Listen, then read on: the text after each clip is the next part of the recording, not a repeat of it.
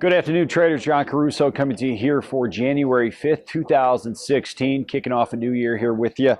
We're going to take a look at the currency trade here for the day. First, we're going to take a look back at yesterday. We did see global equity markets get shelled.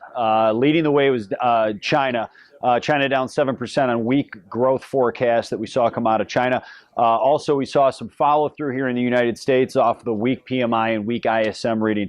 If you look at ISM, we are sub 50. We are below that 50 level for the second month in a row. That is showing contraction right now in our manufacturing sector. So not a lot of good readings as of the last couple of days. Looking at the dollar, we do see the dollar forging higher right now. That's up 59. I think that's kind of the winner by default right now because you've got a lot of the commodity currencies and you also have the euro down pretty heavy over the last couple of sessions. The euro, we did see some weak inflation readings come out in the overnight, which is contributing to the downside. However, I do see the US dollar running into a wall of resistance back around that 100 level, that par level. That is, if you take a look on your charts, December 3rd, when we saw that big breakdown in the dollar, where we saw the dollar drop over 300 points inside of one session, I do believe we are heading to retest that breakdown level again.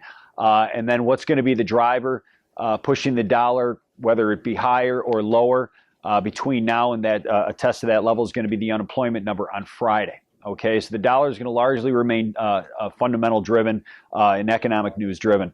Again, the euro under fire, trading about 107.56. Weak reading on inflation in the overnight. We'll switch over and hit on some of the commodity currencies right now. The Aussie, the Canadian continue to slide here. We're on a multi-week slide in those two commodity currencies. If you take a look at the commodity markets, it's no secret we're seeing broad-based deflation in all those markets. However, I would not be surprised over the next couple of sessions to see a much long overdue oversold bounce in some of those commodity currencies. So that's what I'm looking for moving forward. If you take a look at the yen is the other currency. It's the only other currency on my board right now that's actually trading higher. The yen typically is a safe haven currency. We have seen that push higher, and investors seek safety in the yen over the last couple of sessions. We're trading 84.17. We did hit a wall of resistance in the yen at 84.40 yesterday. And we have retested that level, but then quickly rejected that level again here today. So you want to keep that in the back of your head. Perhaps we're a little bit overbought. We are at the top end of the range in the Japanese yen.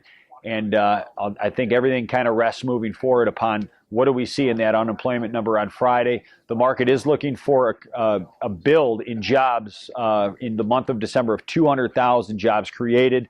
We're looking for the unemployment rate to hold flat at 5%.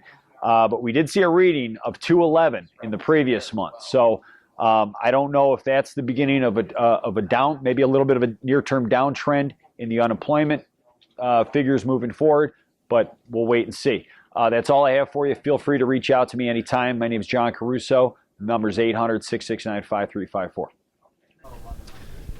Futures and options on futures may involve substantial risk. It may not be suitable for all investors.